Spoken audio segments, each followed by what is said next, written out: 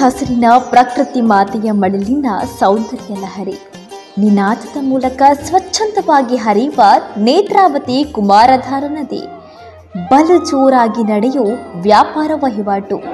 ಇತ್ತ ಭಕ್ತರ ಮನದಿಚ್ಛೆಯನ್ನ ಕೇಳುತ್ತಾ ಇಷ್ಟಾರ್ಥವನ್ನ ನೆರವೇರಿಸುತ್ತಾ ಇಡೀ ಸಕಲ ಚರಾಚರವನ್ನ ಸಲಹುತ್ತಿರುವ ಸಹಸ್ರಲಿಂಗೇಶ್ವರ ಮಹಾಕಾಳಿ ಪುಣ್ಯ ಸನ್ನಿಧಿ.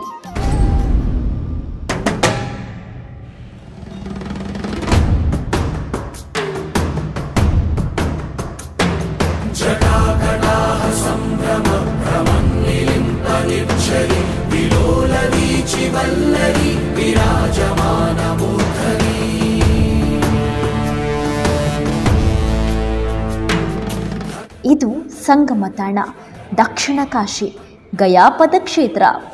ಋಷಿ ಮುನಿಗಳ ತಪೋಭೂಮಿಯಾಗಿದ್ದ ಕುಮಾರಧಾರ ನೇತ್ರಾವತಿ ತೀರದ ಸಹಸ್ರಲಿಂಗೇಶ್ವರ ಮಹಾಕಾಳಿ ಪುಣ್ಯ ಮಣ್ಣಿನಲ್ಲಿ ಇದೀಗ ವರ್ಷಾವಧಿ ಮೆಚ್ಚಿ ಮಖೆ ಜಾತ್ರೆಯ ಸಂಭ್ರಮ. ಶಂಭೋ ಶಿವ ಶಂಭೋ ಸ್ವಯಂಭೋ ಶಂಭೋ ಶಿವ ಶಂಭೋ. ಶ್ರೀ ಸಹಸ್ರಲಿಂಗೇಶ್ವರ ಮಹಾಕಾಳಿ ಕರ್ನಾಟಕದಲ್ಲಿರುವ ಅದ್ಭುತವಾದ ಪುಣ್ಯಕ್ಷೇತ್ರವೇ ಉಪ್ಪಿನಂಗಡಿಯ ಶ್ರೀ ಸಹಸ್ರಲಿಂಗೇಶ್ವರ ಮಹಾಕಾಳಿ ಸನ್ನಿಧಿ.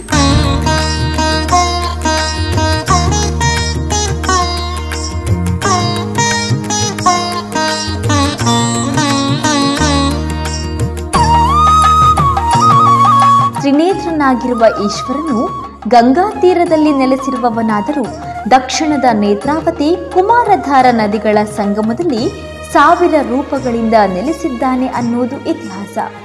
ಅದರಲ್ಲಿ ಒಂದು ದೇವಾಲಯದ ಗರ್ಭಗುಡಿಯಲ್ಲಿ ಪ್ರತಿನಿತ್ಯ ಭಕ್ತರಿಂದ ಪೂಜೆ ಪುನಸ್ಕಾರಗಳನ್ನು ಪಡೆದು ಭಕ್ತರನ್ನ ಸಲಹುತ್ತಿದ್ರೆ, ಇನ್ನೊಂದು ಲಿಂಗ ನದಿಯ ಮರಳಿನ ಮಧ್ಯೆ ಇದ್ದು ಪ್ರತಿ ವರ್ಷ ಫೆಬ್ರವರಿ ತಿಂಗಳಿನಲ್ಲಿ ದರ್ಶನ ಕೊಡುತ್ತೆ. ಸಹಸ್ರಲಿಂಗೇಶ್ವರ ದೇವರ ಸನ್ನಿಧಿ ಅಂದ್ರೆ ಅದು ಪವಿತ್ರ ಪುಣ್ಯಕ್ಷೇತ್ರ. ಉತ್ತರದಲ್ಲಿ ಕಾಶಿ ವಿಶ್ವನಾಥ ಮಹಾಕಾಳಿ ವೀರಭದ್ರ ಸನ್ನಿಧಿ ಇದ್ದು ಅದು ಉತ್ತರ ಕಾಶಿಯಲ್ಲಿ ಪ್ರಸಿದ್ಧಿಯಾದರೆ, ದಕ್ಷಿಣ ಭಾರತದಲ್ಲಿ ಈ ಸಹಸ್ರಲಿಂಗೇಶ್ವರ ಮಹಾಕಾಳಿ ಕಾಲಭೈರವರ ಸನ್ನಿಧಿ ದಕ್ಷಿಣ ಕಾಶಿ ಎಂದೇ ಜಗದ್ವಿಖ್ಯಾತಿಯನ್ನ ಪಡೆದಿದೆ. ಗಂಗಾ ಯಮುನಾ ಸಂಗಮದಿಂದಾಗಿ ಕಾಶಿ ಪ್ರಯಾಗವಾದರೆ, ನೇತ್ರಾವತಿ ಹಾಗೂ ಕುಮಾರಧಾರ ನದಿಗಳ ಸಂಗಮದಿಂದ ಇದು ಗಯಾಪದ ಎಂದು ಪ್ರಸಿದ್ಧಿಯಾಗಿದೆ. ಉತ್ತರ ಕಾಶಿ ಹಾಗೂ ದಕ್ಷಿಣ ಕಾಶಿಯಲ್ಲಿ ಸರಸ್ವತಿ ನದಿಯು ಗುಪ್ತಗಾಮಿನಿಯಾಗಿ ಹರಿಯುತ್ತಾಳೆ ಎನ್ನುವ ನಂಬಿಕೆ ಕೂಡ ಇದೆ. ಇಂತಹ ಪವಿತ್ರ ಮೋಕ್ಷದಾಯಕ ಕ್ಷೇತ್ರ ಪುರಾಣ ಪ್ರಸಿದ್ಧಿ ಪಡೆದಿದ್ದು, ಪ್ರಕೃತ ಸನ್ನಿಧಿಯಲ್ಲಿದ್ದ ದೇವಾಲಯಗಳಿಗೆ 7 ಶತಮಾನಕ್ಕೂ ಮಿಕ್ಕಿದ ಇತಿಹಾಸವಿದೆ.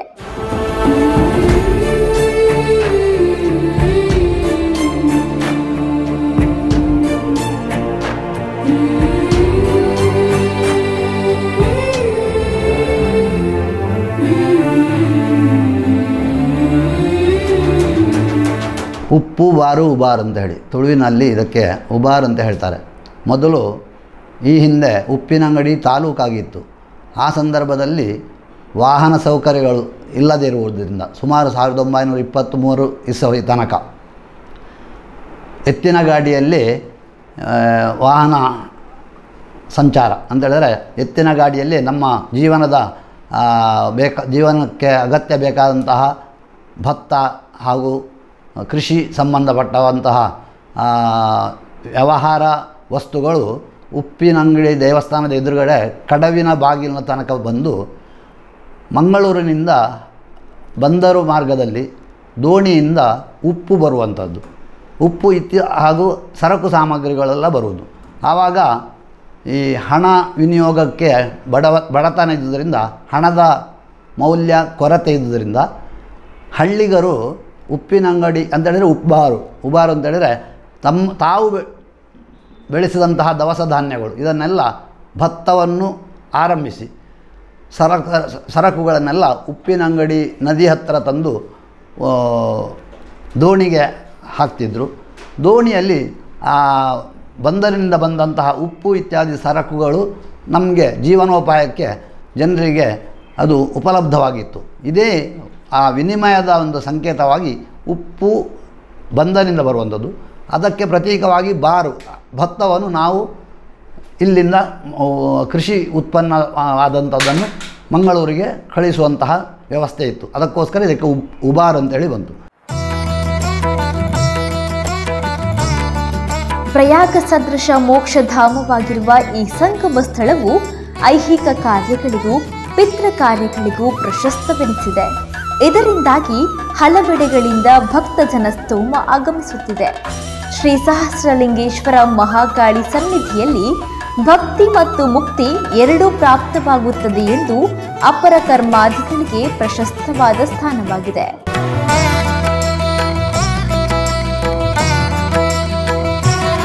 ಈ ಕ್ಷೇತ್ರದಲ್ಲಿ ಬಹಳಷ್ಟು ವಿಶೇಷವಾದ ಸೇವೆ ಅಂತ ಹೇಳಿದರೆ ಪಿಂಡ ಪ್ರದಾನ, ತಿಲಹೋಮಾದಿ ಅಪರ ಕ್ರಿಯೆಗಳ ಒಂದು ಸೇವಾ ಕಾರ್ಯಗಳು ಈ ಕ್ಷೇತ್ರದಲ್ಲಿ ಅತ್ಯಂತ ಪ್ರಧಾನವಾದಂಥ ಸೇವಾ ಕ್ಷೇತ್ರಗಳಾಗಿದೆ.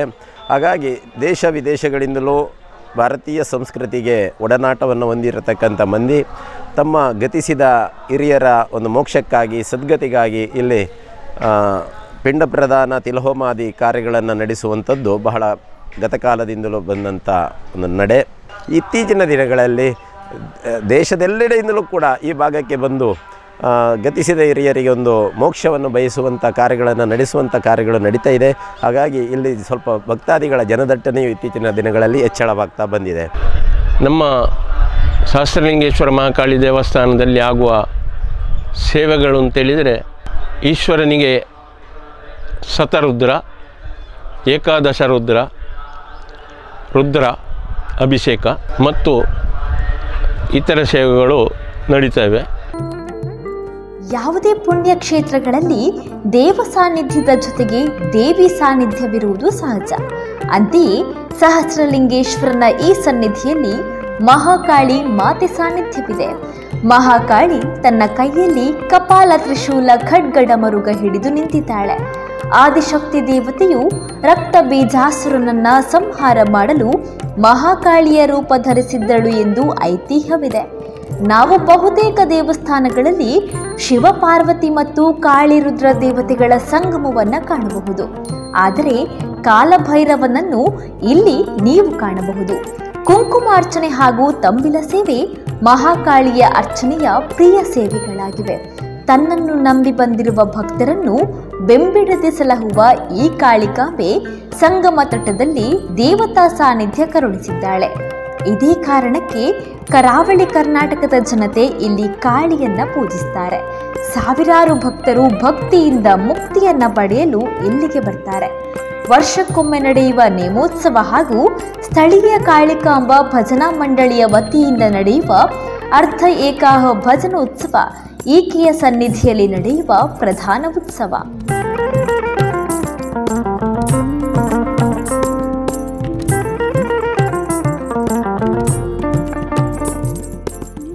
ಮಹಾಕಾಳಿಗೆ ಮಹಾಪೂಜೆಯ ಸಂದರ್ಭದಲ್ಲಿ ಎಣ್ಣೆ ಬೂಳ್ಯ ಕೊಟ್ಟು ದೈವ ಎದ್ದು ನಿಂತು ಆ ಮಹಾಕಾಳಿಗೆ ಮಹಾಪೂಜಾ ಸಂದರ್ಭದಲ್ಲಿ ಆರತಿಯಾಗಿ ಅಲ್ಲಿ ರಂಗಪೂಜೆಯ ಕ್ರಮದಲ್ಲಿ ದೊಡ್ಡ ಬೂಳ್ಯ ಅಂತ ಅದಕ್ಕೆ ಒಂದು ಹೆಸರು. ಆ ದೊಡ್ಡ ಬೂಳ್ಯ ಸೇವೆ ಮಾಡಿದರೆ ಇಷ್ಟಾರ್ಥಗಳೆಲ್ಲ ಮನುಷ್ಯಂದು ನೆರವೇರ್ತದೆ ಅಂತೇಳಿ ಶಾಸ್ತ್ರ ಹೇಳ್ತದೆ. ಅದರಲ್ಲಿ ವಿಶೇಷವಾಗಿ ಮದುವೆ ಆಗದಂತಹ ಸ್ತ್ರೀಯರಿಗೆ ಮದುವೆ ಆಗುವಂತಹ ಭಾಗ್ಯ, ಹಾಗೆ ಸಂತಾನ ಆಗದೇ ಇರತಕ್ಕಂತಹ ಸ್ತ್ರೀಯರಿಗೆ ಸಂತಾನ ಭಾಗ್ಯ, ಹಾಗೆ ಕುಟುಂಬ ಕಲಹಗಳು ಇದ್ದರೆ ಕಲಹಗಳನ್ನು ದೂರ ಮಾಡುವಂತಹ ಶಕ್ತಿ ಮಹಾಕಾಳಿಗಿದೆ. ಹಾಗೆ ರೀತಿಯಲ್ಲಿ ವಿಶೇಷವಾದಂತಹ ಯಾರ ಮನಸೋಭಿಷ್ಟಗಳೆಲ್ಲ ಉಂಟಾ ಆ ಮನಸೋಭಿಷ್ಟಗಳನ್ನು ಈಡೇರಿಸುವಂಥ ಶಕ್ತಿ ನಮ್ಮ ಮಹಾಕಾಳಿಗೆ ಇದೆ.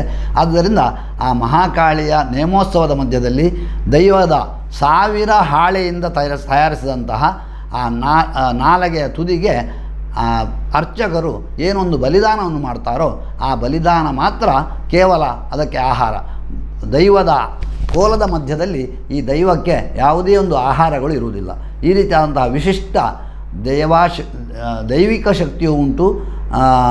ದೇವತಾಂಶವಿದ್ದಂತಹ ಶಕ್ತಿಯು ನಮ್ಮ ಮಹಾಕಾಳಿಗೆ ಇದೆ.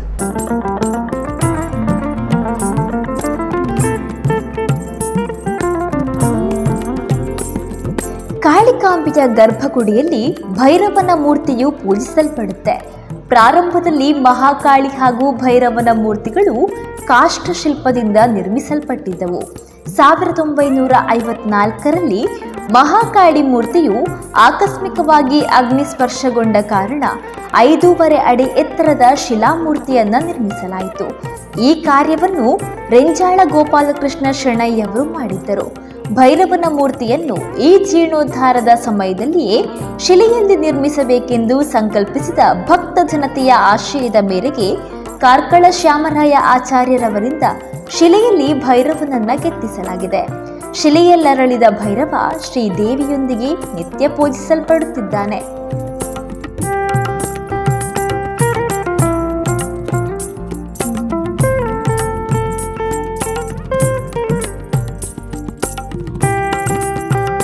ಸಹಸ್ರಲಿಂಗೇಶ್ವರ ಅಂದ್ರೆ ಸಾವಿರಾರು ಲಿಂಗಗಳು ಇರುವ ಪುಣ್ಯಕ್ಷೇತ್ರ. ಈ ಲಿಂಗಗಳಲ್ಲಿ ಒಂದು ನದಿಯ ಮರಳಿನ ಮಧ್ಯೆ ಇದ್ದು ನೀರಿನಿಂದ ಆವೃತವಾಗಿರುತ್ತೆ. ಆದರೆ ಫೆಬ್ರವರಿ ತಿಂಗಳಲ್ಲಿ ಭಕ್ತರಿಗೆ ದರ್ಶನವನ್ನಿತ್ತು ಮಖೆ ಸಂದರ್ಭದಲ್ಲಿ ವಿಶೇಷವಾದ ಪೂಜೆ ಪುನಸ್ಕಾರಗಳು ಈ ಲಿಂಗಕ್ಕೆ ನಡೆಯುತ್ತವೆ. ಉದ್ಭವ ಲಿಂಗಕ್ಕೆ ಕೈ ಮುಗಿದು ಇಷ್ಟಾರ್ಥವನ್ನ ಬೇಡಿಕೊಂಡ್ರೆ ಸಕಲವೂ ಸಿದ್ಧಿಯಾಗುತ್ತೆ ಅನ್ನೋದು ಹಿಂದಿನಿಂದಲೂ ನಡೆದುಕೊಂಡು ಬಂದ ನಂಬಿಕೆ. ನೇತ್ರಾವತಿ ಕುಮಾರಧಾರ ನದಿಗಳ ಸಂಗಮ ತಟದ ಒಂದು ಭಾಗದಲ್ಲಿ ಸಹಸ್ರಲಿಂಗೇಶ್ವರ ಮಹಾಕಾಳಿ ದೇವರ ಸಾನ್ನಿಧ್ಯ ನೆಲೆಗೊಂಡಿದೆಯಾದರೆ ಇನ್ನೊಂದು ಭಾಗದಲ್ಲಿ ಕಲ್ಕುಡನ ಸಾನ್ನಿಧ್ಯ ನೆಲೆಗೊಂಡಿದೆ.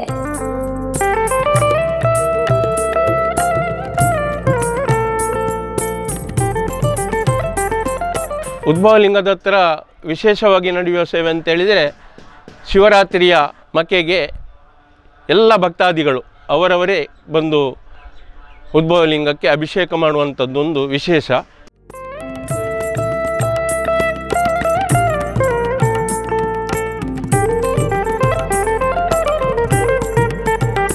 ಸಹಸ್ರಲಿಂಗೇಶ್ವರ ದೇವಾಲಯದಲ್ಲಿ ನಡೆಯುವ ಹಲವು ಉತ್ಸವಗಳ ಪೈಕಿ ವರ್ಷಂಪ್ರತಿ ನಡೆಯುವ 3 ಮಖೆ ಜಾತ್ರೆಗಳು ವೈಶಿಷ್ಟ್ಯಪೂರ್ಣವಾಗಿದೆ. ಬೇರೆಲ್ಲೂ ದೇವಾಲಯದಲ್ಲಿ ಬಳಕೆಯಾಗದ ಈ ಮಖೆ ಉಪ್ಪಿನಂಗಡಿ ಸಹಸ್ರಲಿಂಗೇಶ್ವರ ದೇವಾಲಯದಲ್ಲಿ ಅದ್ಧೂರಿಯಾಗಿ ನಡೆಯುತ್ತೆ. ಈ ಪುಣ್ಯ ಸಂದರ್ಭದಲ್ಲಿ ಊರಿನ ಪರ ಊರಿನ ಸಾವಿರಾರು ಭಕ್ತರು ಪುಣ್ಯ ಸನ್ನಿಧಿಯಲ್ಲಿ ಒಂದಾಗುತ್ತಾರೆ. ಈ ಮಖೆಯಲ್ಲಿ 3 ಜಾತ್ರೆಗಳಿವೆ. ಅಷ್ಟಮಿ ಮಖೆ, ಶಿವರಾತ್ರಿ ಮಖೆ, ಹುಣ್ಣಿಮೆ ಮಖೆ. ಅಷ್ಟಮಿ ಮಖೆ ಕುಂಭರಾಶಿಯಲ್ಲಿ ಸೂರ್ಯ ಇರುವಾಗ ಯಾವ ದಿನ ಕೃಷ್ಣಾಷ್ಟಮಿ ಪ್ರಾಪ್ತವಾಗುವುದೋ ಅದರ ಮೊದಲಿನ ದಿನ ಅಂದರೆ ಕೃಷ್ಣ ಸಪ್ತಮಿ ದಿನ ಉಪವಾಸವಿದ್ದು ಶ್ರೀ ಸಹಸ್ರಲಿಂಗೇಶ್ವರನ ಸನ್ನಿಧಿಗೆ ಬಂದು ಜಾಗರಣ ಮಾಡಬೇಕು. ಭಜನೆ, ಧ್ಯಾನ, ಪೂಜೆ ಸಲ್ಲಿಸಬೇಕು. ಬಳಿಕ ಉಷಾ ಕಾಲಕ್ಕೆ ಸಂಗಮ ಸ್ನಾನ ಮಾಡಬೇಕು. ಸ್ನಾನಕ್ಕೆ ಮುನ್ನ ಪ್ರದಕ್ಷಿಣೆ ಮಾಡಬೇಕು. ಕುಂಭ ಮಾಸದಲ್ಲಿ ಈ ಸಂಗಮ ಸ್ನಾನ ಸತ್ಕರ್ಮಗಳಲ್ಲಿ ತೊಡಗಿದವರಿಗೆಂದು ಸಂತಾನ ಸೌಭಾಗ್ಯ ಉಂಟಾಗುತ್ತೆ. ಶಿವರಾತ್ರಿ ಮಖೆ ಮಹಾಶಿವರಾತ್ರಿಯಂದು ರಾತ್ರಿ ಜಾಗರಣೆ ರಥೋತ್ಸವದಲ್ಲಿ ಪಾಲ್ಗೊಂಡು ಮರುದಿನ ಪ್ರಾತಃಕಾಲ ಸಂಗಮ ಸ್ನಾನ ಮಾಡಿದವರಿಗೆ ಅಶ್ವಮೇಧಯಾಗದ ಫಲವಿದೆ. ಮಹಾಶಿವರಾತ್ರಿಯಂದು ನೇತ್ರಾವತಿ ನದಿ ಗರ್ಭದಲ್ಲಿನ ಉದ್ಭವ ಲಿಂಗಕ್ಕೆ ಬಗೆ ಬಗೆಯ ಅಭಿಷೇಕ, ಅರ್ಘ್ಯ, ಶಿವಪೂಜೆ ನಡೆಯುವುದು. ಹುಣ್ಣಿಮೆ ಮಖೆ ಕುಂಭ ಮಾಸದ ಪೂರ್ಣಿಮೆ ದಿನದ ಪೂರ್ವ ದಿನದ ರಾತ್ರಿ ರಥೋತ್ಸವದಲ್ಲಿ ಪಾಲ್ಗೊಂಡು ಮರುದಿನ ಪ್ರಾತಃಕಾಲ ಸಂಗಮ ಸ್ನಾನ ಮಾಡಿದರೆ ಮೋಕ್ಷ ಲಭ್ಯವೆಂದು ಬಣ್ಣಿಸಿದ್ದಾರೆ ಋಷಿಶ್ರೇಷ್ಠ ಲೋಮಶರು. ಮಾಘ ಮಾಸದಲ್ಲಿ ಈ ವೃತಾದಿಗಳು ಬಂದರೆ ಅತಿ ಶ್ರೇಷ್ಠವೆಂದು ಋಷಿಮುನಿಗಳು ಹೇಳಿದ್ದಾರೆ. ಆದರೆ ವಿಧಿಹೀನರಾಗಿ ಸ್ನಾನಗೈದರೆ ಪ್ರಯೋಜನವಿಲ್ಲವೆಂದು ಇವರು ಎಚ್ಚರಿಸಿದ್ದಾರೆ. ಇನ್ನು ಈ 3 ಮಖೆ ಜಾತ್ರೆಗಳ ಸಮಯದಲ್ಲಿ ರಥೋತ್ಸವ ನಡೆಯುತ್ತೆ. ಹೀಗಾಗಿ ವರ್ಷದಲ್ಲಿ 3 ಬಾರಿ ರಥೋತ್ಸವ ಜರುಗುವುದು ಇಲ್ಲಿನ ವಿಶೇಷ. ಇನ್ನು ಕಾರ್ತಿಕ ಪೂಜೆ, ವಾರ್ಷಿಕ ಉತ್ಸವ, ಪೇಟೆ ಸವಾರಿ, ಕಟ್ಟೆ ಪೂಜೆ, ಅವಭೃತ ಸ್ನಾನ, ಉದ್ಭವಲಿಂಗಕ್ಕೆ ರಂಗಪೂಜೆ, ಧನುಪೂಜೆ, ಲಕ್ಷದೀಪೋತ್ಸವ, ಸಂಕ್ರಾಂತಿ ಉತ್ಸವ, ದೊಂಪದ ಬಲಿ, ಗ್ರಹಣ ಶಾಂತಿ ಹೋಮ, ಗ್ರಹಣ ಸಂಬಂಧಿತ ತೀರ್ಥ ಸ್ನಾನ, ಕಾಳಿಕಾಂಬೆಯ ಸನ್ನಿಧಿಯಲ್ಲಿ ಮೆಚ್ಚಿ, ನವರಾತ್ರಿಯ ವಿಶೇಷ ಪೂಜೆ, ದೊಡ್ಡ ಪೂಳ್ಯ ಸೇವೆ, ಚಕ್ರಬೂಳ್ಯ ಸೇವೆ, ನಗರ ಸಂಕೀರ್ತನ ಪೂಜೆ ಮತ್ತು ಏಕಾಹ ಭಜನಾ ಸೇವೆ ಇಲ್ಲಿ ನಡೆಯುತ್ತೆ. ಸಾಂಸ್ಕೃತಿಕ ಕಾರ್ಯಕ್ರಮ ಇನ್ನು ಕಳೆದ 15 ವರ್ಷಗಳಿಂದ ಮಖೆಯ ಸಂದರ್ಭ ಸ್ಥಳೀಯ ಶ್ರೀ ಮಾಧವ ಶಿಶು ಮಂದಿರದ ಆಶ್ರಯದಲ್ಲಿ ನಡೆಯುತ್ತಿರುವ ಪವಿತ್ರ ಗಂಗಾ ಪೂಜೆಯ ಗಾಳಿಪಟ ಉತ್ಸವ ನಡೆಯುತ್ತಿದ್ದು ಪುಟಾಣಿಗಳು ನದಿ ತೀರದಲ್ಲಿ ಬಣ್ಣ ಬಣ್ಣದ ಗಾಳಿಪಟ ಹಾರಿಸಿ ಸಂಭ್ರಮಿಸುತ್ತಾರೆ. ನೇತ್ರಾವತಿ ಕುಮಾರಧಾರ ನದಿ ಪುಣ್ಯ ಪವಿತ್ರ ಅನ್ನುವುದು ಎಲ್ಲರಿಗೂ ತಿಳಿದಿದೆ. ಈ ಸಂಗಮ ಕ್ಷೇತ್ರದಲ್ಲಿ ಯಾವ ವ್ಯಕ್ತಿ ಭಕ್ತಿಯಿಂದ ಸ್ನಾನ ಮಾಡಿ ಸಹಸ್ರಲಿಂಗೇಶ್ವರನ ದರ್ಶನಗೈಯುತ್ತಾನೋ ಆತ ಪರಮಾನಂದ ಸ್ವರೂಪ ಮೋಕ್ಷವನ್ನ ಹೊಂದುತ್ತಾನೆಂದು ಪುರಾಣದಲ್ಲಿ ಉಲ್ಲೇಖವಿದೆ. ಇಲ್ಲಿ ತೀರ್ಥ ಸ್ನಾನಗೈಯುವುದು ಕುಂಭಮೇಳದ ತೀರ್ಥ ಸ್ನಾನಕ್ಕೆ ಸಮ ಅನ್ನೋದು ಐತಿಹ್ಯ. ಕಳೆದ 16 ವರ್ಷಗಳಿಂದ ಉಪ್ಪಿನಂಗಡಿಯ ಶ್ರೀ ಮಾಧವ ಶಿಶು ಮಂದಿರದ ಆಶ್ರಯದಲ್ಲಿ ಗಂಗಾ ಪೂಜೆ, ಗಾಳಿಪಟ ಉತ್ಸವ, ಮಾತೃಸಂಗಮ ಕಾರ್ಯಕ್ರಮವೂ ಕೂಡ ನಡೀತಾ ಇದೆ. ಉಬರ್ ನೈಟ್ಸ್ ಅನ್ನುವಂಥ ಕಾರ್ಯಕ್ರಮವನ್ನು ದಕ್ಷಿಣ ಕಾಶಿ ತಂಡದ ಯುವಕರು ಭಾಳಷ್ಟು ಒಂದು ವ್ಯವಸ್ಥಿತವಾಗಿ ಸಂಯೋಜನೆಗೊಳಿಸಿದ ದಿನದಿಂದ ಉಪ್ಪಿನಂಗಡಿಯ ಜಾತ್ರೋತ್ಸವ ಮತ್ತು ಗತವೈಭವದತ್ತ ಸಾಗುತ್ತಾ ಬಂದಿದೆ. ಈ ಹಿನ್ನೆಲೆಯಲ್ಲಿ ಕಳೆದ 3 ವರ್ಷಗಳಿಂದ ಉಪ್ಪಿನಂಗಡಿಯಲ್ಲಿ ಏನು ನಡೀತಾ ಬಂದಿದೆ ಉಬರ್ ನೈಟ್ಸ್ ಅನ್ನುವಂಥ ಕಾರ್ಯಕ್ರಮ, ಪ್ರಾಯಶಃ ಈ ವರ್ಷದಿಂದ ಉಬರ್ ಉತ್ಸವ ಆಗಿ ಅದು ರೂಪಾಂತರಗೊಂಡಿದೆ. ಉಬರ್ ಉತ್ಸವದ ಮುಖೇನ ನಮ್ಮ ಭಾರತೀಯ ಸಂಸ್ಕೃತಿಯ ನೆಲೆಗಟ್ಟಿನಲ್ಲಿ ಅನಾವರಣಗೊಳ್ಳುವಂಥ ಎಲ್ಲ ಸಾಂಸ್ಕೃತಿಕ ವೈವಿಧ್ಯಮಯ ಕಾರ್ಯಕ್ರಮಗಳನ್ನು ಪೂರ್ಣಿಸಿಕೊಂಡು ಈ ಕಾರ್ಯಕ್ರಮವನ್ನು ಅತ್ಯಂತ ಅಚ್ಚುಕಟ್ಟಾಗಿ ನಡೆಸಲಾಗ್ತಾ ಇದೆ. ಉಪ್ಪಿನಂಗಡಿಯ ಪಾಲಿಗೆ ಅತ್ಯಂತ ಅವಿಸ್ಮರಣೀಯ ದಿನಗಳು ಆಗಮಿಸ್ತಾ ಇದೆ. ಉಪ್ಪಿನಂಗಡಿಯ ಈ ಪುಣ್ಯಕ್ಷೇತ್ರವನ್ನು ಇನ್ನಷ್ಟು ಜನಸಾಮಾನ್ಯರ ಮಾನಸದಲ್ಲಿ ನೆಲೆಗೊಳಿಸುವ ಸಲುವಾಗಿ ಟೀಮ್ ದಕ್ಷಿಣ ಕಾಶಿಯ ಒಂದು ಪ್ರಯತ್ನ ಅತ್ಯಂತ ಫಲಪ್ರದವಾಗಿ ಮೂಡಿ ಬರ್ತಾ ಇದೆ ಅಂತ ಹೇಳಿಕ್ಕೆ ಸಂತೋಷ ವ್ಯಕ್ತಪಡಿಸ್ತಾ ಇದ್ದೇನೆ.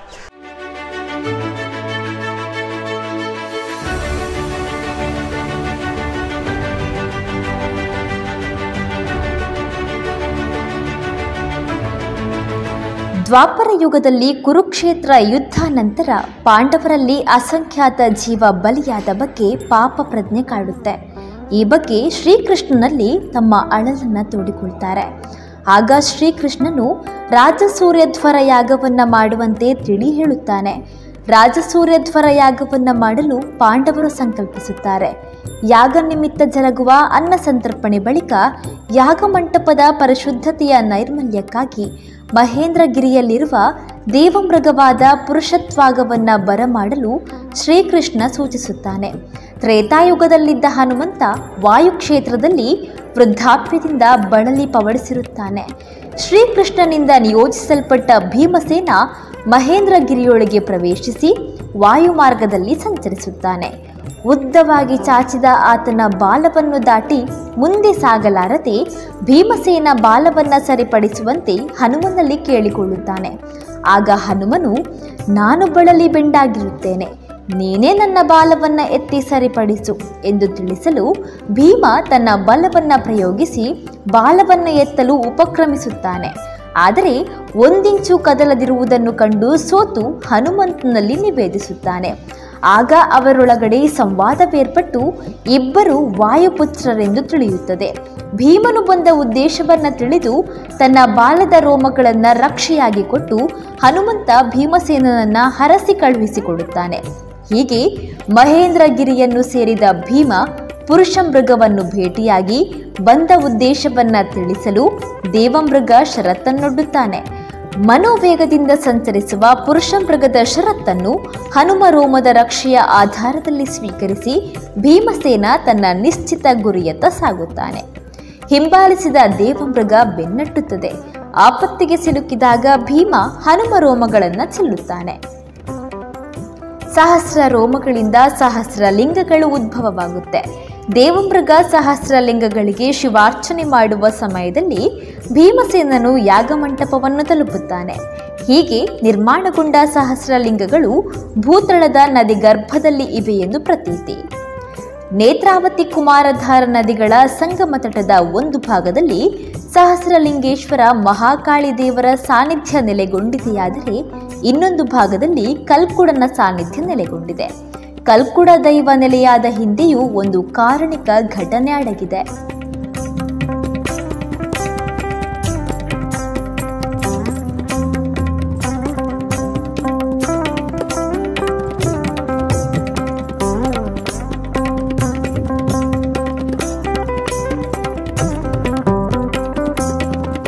ಹಿಂದೆ ಜಲಮಾರ್ಗ ಸಂಪರ್ಕ ಮಾರ್ಗವಾಗಿದ್ದ ಕಾಲದಲ್ಲಿ ದೋಣಿ ಸಂಚರಿಸುವ ನದಿಯ ಸ್ಥಳಗಳಿಗೆ ಕಡವು ಎಂದು ಹೆಸರು. ಶಿಲ್ಪಿಯಾಗಿದ್ದ ಕಲ್ಕುಡ ಪ್ರಾರಂಭದಲ್ಲಿ ನಂದು ಎಂಬ ಹೆಸರನ್ನು ಹೊಂದಿ ರಾಜಮನೆತನದಿಂದ ಅನ್ಯಾಯಕ್ಕೆ ಒಳಗಾಗಿ ಹಲವಾರು ಸಂಕಷ್ಟಗಳನ್ನು ಅನುಭವಿಸಿದನು.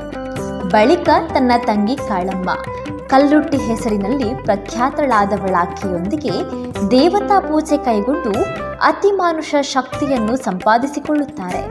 ಬಳಿಕ ಊರು ಸಂಚಾರಕ್ಕೆಂದು ಮಾನವ ರೂಪದಲ್ಲಿ ಹೊರಟ ಇವರು ಇಳಂತಿರದ ಕಡವಿನ ಬಾಗಿಲಿಗೆ ಬಂದು ನದಿ ದಾಟಲು ದೋಣಿಯವನಲ್ಲಿ ವಿನಂತಿಸಿದಾಗ, ರಾತ್ರಿ ದೋಣಿ ಸಂಚಾರ ಅಪಾಯಕಾರಿ, ನಿಮ್ಮನ್ನ ನಾಳೆ ಬೆಳಗ್ಗೆ ನದಿ ದಾಟಿಸುತ್ತೇನೆಂದು ಕಡವಿನ ಒಡೆತನವಿದ್ದ ಗುಡ್ಡ ಕುಂಜಿ ಹಾಗೂ ಗುಡ್ಡನ ಮಗ ರಾಮ ವಿನಂತಿಸಿಕೊಂಡು ಅವರನ್ನು ತಮ್ಮ ಮನೆಯಲ್ಲಿ ಉಳಿಸಿಕೊಂಡರು. ಆ ದಿನ ರಾತ್ರಿ ಮನೆಯಲ್ಲಿದ್ದ ಮೀನು ಮತ್ತು ಕೋಳಿ ಸಾರು ಕಲ್ಕುಡ ಕಲ್ಲುಟ್ಟಿ ಆತಿಥ್ಯಕ್ಕೆ ಲಭಿಸಿದವು. ರಾತ್ರಿ ವೇಳೆ ಗುಡ್ಡ ಕುಂಜಿ ಹಾಗೂ ರಾಮರಿಗೆ ಕನಸಿನಲ್ಲಿ ಕಲ್ಕುಡ ಕಾಣಿಸಿಕೊಂಡು ಪಂಚಾಂಗವನ್ನ ಕಟ್ಟಿದ್ದೇನೆ, ಮೇಲಿನ ಚಪ್ಪರ ಕಟ್ಟುವ ಕೆಲಸ ನಿಮ್ಮದು, ನನ್ನನ್ನು ವರ್ಷಂ ಪ್ರತಿ ಕೋಲ ನೇಮಾವಧಿಗಳನ್ನ ನೀಡಿ ಪೂಜಿಸಿದರೆ ನಿಮ್ಮೆಲ್ಲರನ್ನು ಕಾಪಾಡುವ ಕೆಲಸ ನನ್ನದು. ಹಗಲು ದೋಣಿ ನಡೆಸುವ ಕೆಲಸ ನಿನಗೆ, ರಾತ್ರಿ ಕೆಲಸ ನನಗೆ. ಬಂಡೆಕಲ್ಲಿನಲ್ಲಿ ಉದ್ಭವಗೊಂಡ ನನ್ನ ಲಿಂಗವನ್ನು ನೀನು ಪೂಜಿಸಿಕೊಂಡು ಬಂದರೆ ನದಿ ದಾಟುವ ಪ್ರಯಾಣಿಕರನ್ನ ರಕ್ಷಿಸುವ ಕಾರ್ಯ ನನ್ನದು. ಹೀಗೆ ಬಂಡೆಕಲ್ಲಿನಲ್ಲಿ ಲಿಂಗ ಕಾಣಿಸಿಕೊಂಡಿರುತ್ತೆ.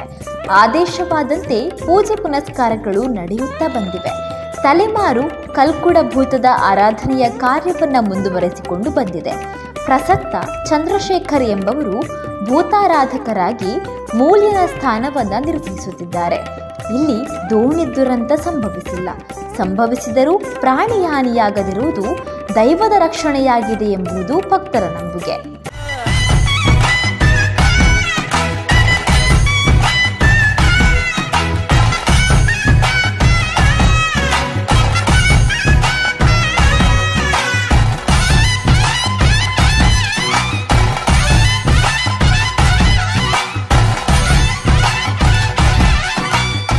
ಗರ್ಗಲ್ಲ ಕೋಟೆಡು ಅಡಿಪಂಚಾಂಗ ಕಟ್ಟೊಂಡೆ, ಉತ್ಪತ್ತಿ ಲಿಂಗನು ಉತ್ಪನ್ನ ಮಲ್ತೊಂಡೆ, ಮಿತ್ತಿಗೆ ಮೇಲ್ಪೊರೆ ಕಟ್ಟೊಂದು ಆಪುನಂಚಿತನ ಕಟ್ಟಲೇನು ನಡ್ತು ಬಲ್ಲಿ ನಿಖಿಲ್ನ ಪುದಾರನು ಸೂರ್ಯ ಚಂದ್ರ ರಿಪ್ಪು ನಡೆ ಮುಟ್ಟ ಪಣೊಂದು ಬರ್ಪ ಅಂತ ಬಂದು ಪಾತೆರ ಹಾಕ್ಲಿಕ್ಕೆ ಕನಟ್ಟು ತೋಜಿಂಡಿಗೆ ಆ ಕಣ ಕಟ್ಟಿ ಪ್ರಕಾರ ದಾತ ಮಲ್ಪಣ ಎಂಚಿನ ಮಲ್ಪಣ ಅಂತ ಆ ಕಾಲೋಡು ಉಬಾರ ಉಳ್ಳಾಯ ಸಹಸ್ರಲಿಂಗೇಶ್ವರ ದೇವರನ ತಂತ್ರಿತ್ವ ಮಲ್ತೊಂದಿತ್ತನಕಲು ವೈಲಾಯರನ ಮನೆತನ ಉಬಾರ ವೈಲಾಯರ ಎಂದು ಪನ್ಪೇರು ಅಪ್ಪಂಡ ಆಡೆ ಪೋದು ಆರಡೆ ಕೇಂಡೇರು ಅಪ್ಪಗ ಪಂಡೇರು ದೈವಲು ಬತ್ತದ ಐನ ಅಂಚ ಬತ್ತದ ಈ ಜಾಗೆಡ್ ಬತ್ತು ತೂನಾಗ ಬಲ್ಲೇನು ಮತ್ತು ಕಟ್ತು ತೂನಾಗ ಅರ್ಧ ಪಂಚಾಂಗಲ್ಲ ಲಿಂಗನು ಕೆತ್ತಿದಿನವಲ್ಲ ಇತ್ತಂಡು ವೈಲಾಯರನ ಮುಖಾಂತರ ಇನ್ನು ಪ್ರತಿಷ್ಠಾಪನೆ ಮಲ್ತಂಡು ಅಪ್ಪಂಡ ಅಕ್ಲೆಗೆ ರಾತ್ರಿಡು ಬತ್ತದು ತಂಗನಾನಿ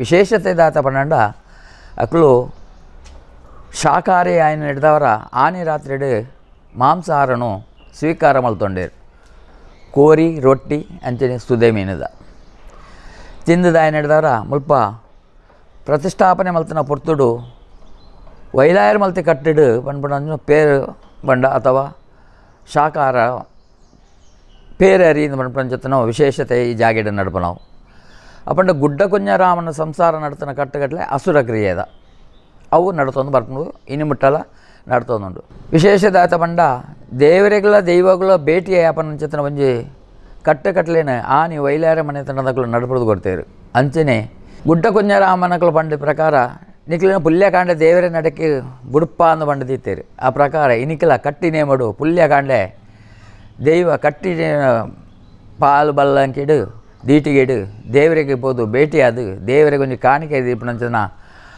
ಕಟ್ಟುಕಟ್ಟಲೆ ನಡ್ತಾ ಬರ್ತಂಡು ಒಂದು ಗುಡ್ಡ ಕೊಂಚ ರಾಮನ ಸಂಸಾರ ಅಕ್ಲೆಗೆ ಪಂಡದಂಚಿನ ಕೊರನಂಚಿತನ ಒಂಜಿ ಪಾತ್ರೆಲ್ಲ ಇಂದೇಟು ನಡ್ತೊಂದುಂಡು ಮೂಲ ವಿಶೇಷದಾತ ಪಂಡ ಪೇರಾರಿ ಅಂಗಾರ ಪೇರಾರಿ ಸಂಕ್ರಮಣ ಪೇರಾರಿ ಎಂದು ಪಂಚತನ ವಿಚಾರ ಆಂಡ ಇತ್ತೆ ಅಗೆಲ್ಲ ಸೇವೆಯನ್ನು ನಡ್ತೊಂದುಂಡು ಭಕ್ತರ ಮುಖಾಂತರ ಐನ ಹೆಚ್ಚಿನ ಪ್ರತಿ ರಡ್ಡನೇ ಅಂಗಾರೆಲ್ಲ ನಾಲ್ಕನೇ ಅಂಗಾರೆಲ್ಲ ಎಂದು ಪಂಡದ ತೀರ್ಮಾನ ಮಾಡ್ತದ ಐಕೆ ಹೆಚ್ಚಿನ ಭಕ್ತರನ್ನು ಮತ್ತು ಆ ಸೇವೆಯನ್ನು ಜೊತೆ ಅಗೆಲ್ಲ ಸೇವೆಲ್ಲ ನಡ್ತೊಂದುಂಡು ಗಯಾಪದವೆಂಬ ಅನ್ವರ್ಥ ಪ್ರಯಾಗ ಗಂಗೆ ಮತ್ತು ಯಮುನಿಯರ ಸಂಗಮ ಕ್ಷೇತ್ರ. ಪ್ರಯಾಗದ ಕುಂಭಮೇಳ ಜಗತ್ ಪ್ರಸಿದ್ಧಿ ಪಡೆದಿದೆ. ಆದರೆ ಅದೇ ರೀತಿಯ ಮಿನಿ ಕುಂಭಮೇಳವೊಂದು ದಕ್ಷಿಣ ಭಾರತದಲ್ಲಿ 2 ಪುಣ್ಯ ನದಿಗಳ ಸಂಗಮ ಕ್ಷೇತ್ರದಲ್ಲಿ ನಡೆಯುತ್ತದೆ ಅಂದರೆ ಅಚ್ಚರಿಯಾಗುತ್ತಿದೆ. ಹೌದು, ಪ್ರಯಾಗದಲ್ಲಿ 12 ವರ್ಷಗಳಿಗೊಮ್ಮೆ ಮಹಾಕುಂಭಮೇಳ ನಡೆಯುತ್ತೆ. ಆದರೆ ಈ ಗಯಾಪದ ಕ್ಷೇತ್ರದಲ್ಲಿ ಪ್ರತಿ ವರ್ಷ ಮಿನಿ ಕುಂಭಮೇಳ ಮಖೆ ಸ್ನಾನವೆಂಬ ಹೆಸರಿನಲ್ಲಿ ನಡೆಯುತ್ತದೆ. ಇಲ್ಲಿ ಹೇಳುತ್ತಿರುವ ಗಯಾಪದ ಕ್ಷೇತ್ರವು ಮುಕ್ತಿ ಕ್ಷೇತ್ರ, ದಕ್ಷಿಣ ಕಾಶಿ ಎಂದು ಪ್ರಖ್ಯಾತವಾಗಿರುವ ಉಪ್ಪಿನಂಗಡಿಯ ಶ್ರೀ ಸಹಸ್ರಲಿಂಗೇಶ್ವರನ ಸನ್ನಿಧಿಯೇ ಆಗಿದೆ. ಸ್ಕಂದ ಪುರಾಣದ ಸಹ್ಯಾದ್ರಿ ಖಂಡದಲ್ಲಿ ಈ ಪುಣ್ಯಕ್ಷೇತ್ರದ ಮಹಾತ್ಮೆ ಉಲ್ಲೇಖಗೊಂಡಿದೆ. ಆದರೆ ಉಪ್ಪಿನಂಗಡಿಯ ಪುರೋಹಿತ ದಿವಂಗತ ಪಾಳ್ತಿಲ ರಾಮಭಟ್ಟರ ಮಗ ದಿವಂಗತ ಅನಂತ ಭಟ್ಟರಿಂದ 1910ರಲ್ಲಿ ಪ್ರಕಟಗೊಂಡಿರುವ ಕೃತಿ ಶ್ರೀ ಗಯಾಪದ ಕ್ಷೇತ್ರ ಮಹಾತ್ಮವು ಈ ಕ್ಷೇತ್ರದ ಬಗ್ಗೆ ಬಹಳಷ್ಟು ಮಾಹಿತಿಗಳನ್ನು ನೀಡಿದೆ. ಆ ಕೃತಿಯು ಸ್ಕಂದ ಪುರಾಣದ ಅಧ್ಯಯನದಿಂದ ಮೂಡಿ ಬಂದಿದೆ ಎಂಬುದು ಮಹತ್ವದ ಅಂಶ.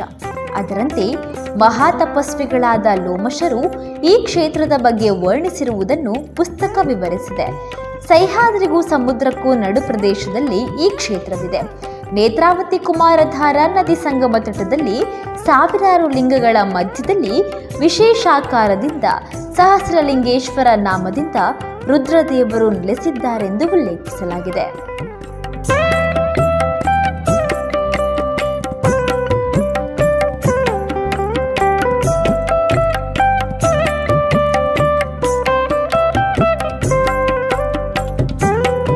ಉಪ್ಪಿನಂಗಡಿಯ ಶ್ರೀ ಸಹಸ್ರಲಿಂಗೇಶ್ವರ ದೇವಸ್ಥಾನ ತಾಲೂಕು ಕೇಂದ್ರವಾದ ಪುತ್ತೂರಿನಿಂದ ಕೇವಲ 11 ಕಿಲೋಮೀಟರ್ ದೂರದಲ್ಲಿದೆ. ಧರ್ಮಸ್ಥಳದಿಂದ 35 ಕಿಲೋಮೀಟರ್ ದೂರದಲ್ಲಿದ್ದರೆ, ಮಂಗಳೂರಿನಿಂದ 54 ಕಿಲೋಮೀಟರ್ ದೂರದಲ್ಲಿದ್ದರೆ, ರಾಜ್ಯದ ರಾಜಧಾನಿ ಬೆಂಗಳೂರಿನಿಂದ ಸುಮಾರು 298 ಕಿಲೋಮೀಟರ್ ದೂರದಲ್ಲಿದೆ. ಭೂಮಿಯ ಮೇಲೆ ಜನಿಸಿದ ನಾವೆಲ್ಲ ಒಂದಲ್ಲ ಒಂದು ರೀತಿಯ ಪಾಪಗಳನ್ನು ಮೈಗಂಟಿಸಿಕೊಂಡಿರುತ್ತೇವೆ. ನಮ್ಮ ಪಾಪಕರ್ಮಗಳನ್ನು ಪವಿತ್ರಗೊಳಿಸಲು ಇದೊಂದು ಅದ್ಭುತವಾದ ಪವಿತ್ರ ಸ್ಥಳ.